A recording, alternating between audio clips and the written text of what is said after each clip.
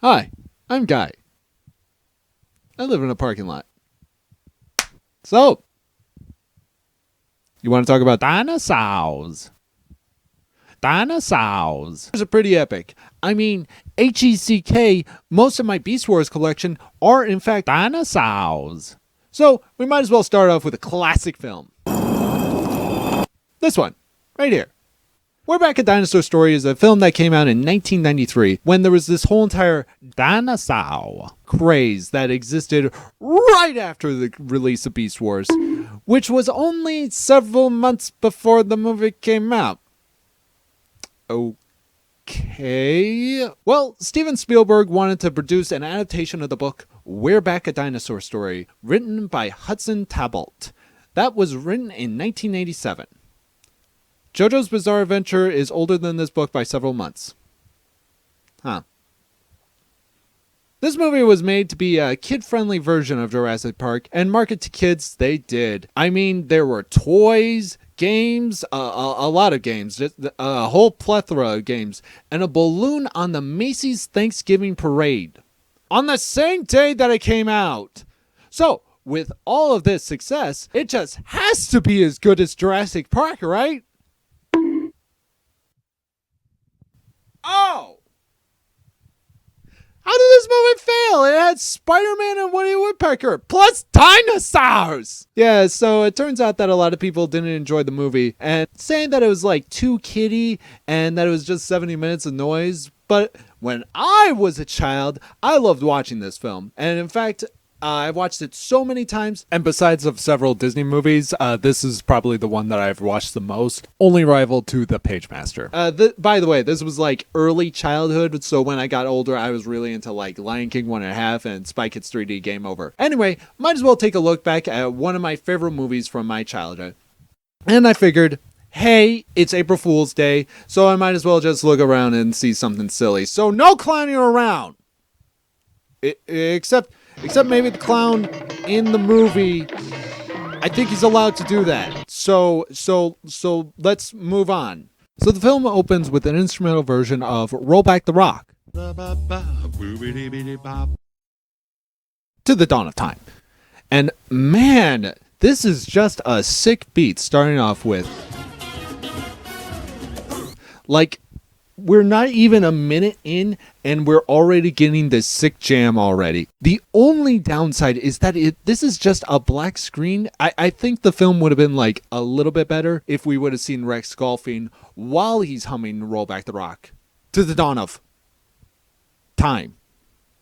So we go to a tree where this small bird named Buster, who feels like that he's just being treated too much as like a child. Like I just hatched. Where am I? A chick?